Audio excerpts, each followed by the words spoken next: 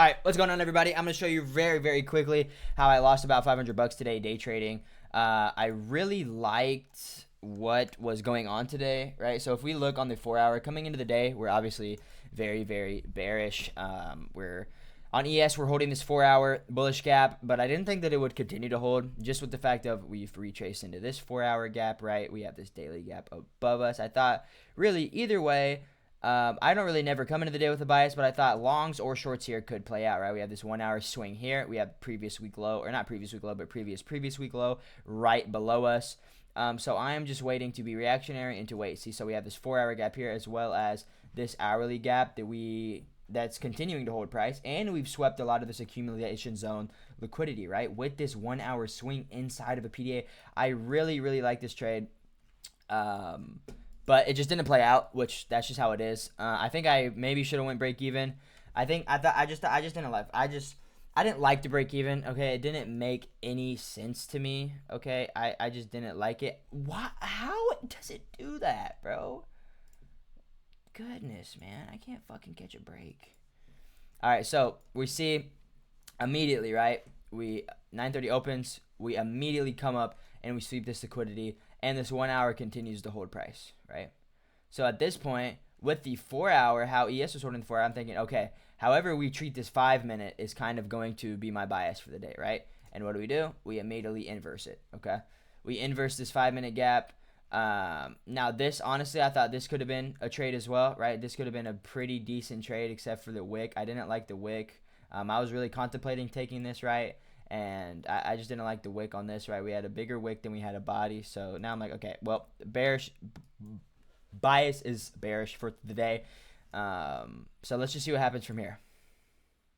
We dump, right? And this, you could have got the easy 1-to-1 on that trade. I think the narrative was clear at that point, but it's okay. Okay, then we open this new 5-minute. I want to see this 5-minute get tapped into, right? Okay, so we tap into this 5-minute, and then from there I'm like, okay, do I think price is going to run lower? What do I think, right? Now we're not going to open a 15-minute at this point for the next about 15 minutes, right? This is 10 a.m. Okay, we tap into the 5-minute. I'm thinking, okay, is this going to hold price? If this holds price, right? If we can get the inversion, I believe the highest time frame. Yep, highest time frame inversion here. We open this 2-minute. Okay, we immediately inverse the 2-minute. Okay, now this, I don't know what it was. Okay, I don't know what it was. I was like, bro, I don't know. We're going to get a resweep, right? So for me, if I would have entered this, right, stop at the wick, right, I think you might have been able to get a 1-to-1.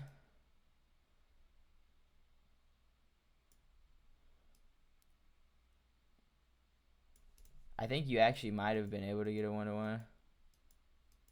Oh, wow. No, so you would have got pretty fucked no matter what. And like I said, I think we want to resweep, right? So now what did we just do?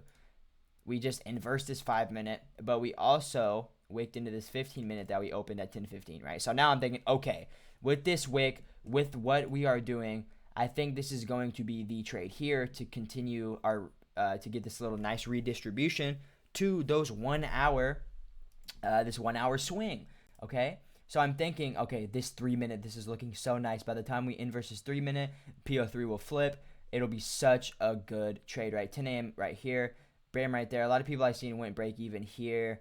I just didn't like that though. However, we did open this 4-minute, which kind of fucked me. And then we do this, right? So I think this is really what threw me off with it being a 4-minute. And then bam, that, right? So we didn't get the cleanest candles, but we do have straight bearish distribution or redistribution after the 15-minute. So this is where I took my entry, and this is the longest fucking trade I've ever taken in my life. This trade took so long. Stop at the body open of the manipulation leg, right? And then we have a 1-to-1. I was going to go break even here because I assumed that we would just continue flushing, right? And we get so close to my break even, and then we literally just flood to the upside. So I honestly think I should have exited after we closed this, but I don't like manually exiting, right? My stop loss and my TP is there for a reason, okay? So, but we can also see that at this time and point, right, our PO3, our high time frame candle flipped bearish, right? So we open here, we manipulate higher into the 15-minute gap to get our redistribution lower with a decent DOL. I think it was really just the DOL. The DOL wasn't the greatest, right? I should have, had what was the better DOL really? I think just to London would have been okay. I don't really trade London liquidity pools like that, not gonna lie. With this 1 hour swing here, it just looked really nice. Like, I really thought that we'd continue, but now after we had that first distribution, this is the only thing where I could say that I went wrong, right? We had this 945 distribution candle here after the manipulation, right? So we obviously have high resistance up here, low resistance, lower sell side or whatever, right? Whatever you want to call it. So after, I think it was just kind of less likely that we would continue just seeing a fat distribution lower. And we seen, because on the 1 minute we start chopping, and after I seen this chop on the 1 minute, I look, you should have just went break even. After I seen like this, right, and like about here, I should have. But also, it's just, I don't know that this is gonna be chop, right? I was looking on the 4 minute. W. Oh my fucking god, bro. Jeez Louise. Golly. All right, but I was just looking on the 4 minute. And we can see I got a sniper entry in here. I will show my P&L really fast. Dude, I'm a chud.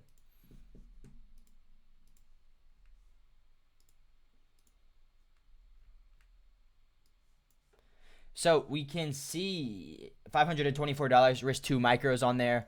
Not bad. I'll take the loss. I think it was a pretty good trade narrative wise.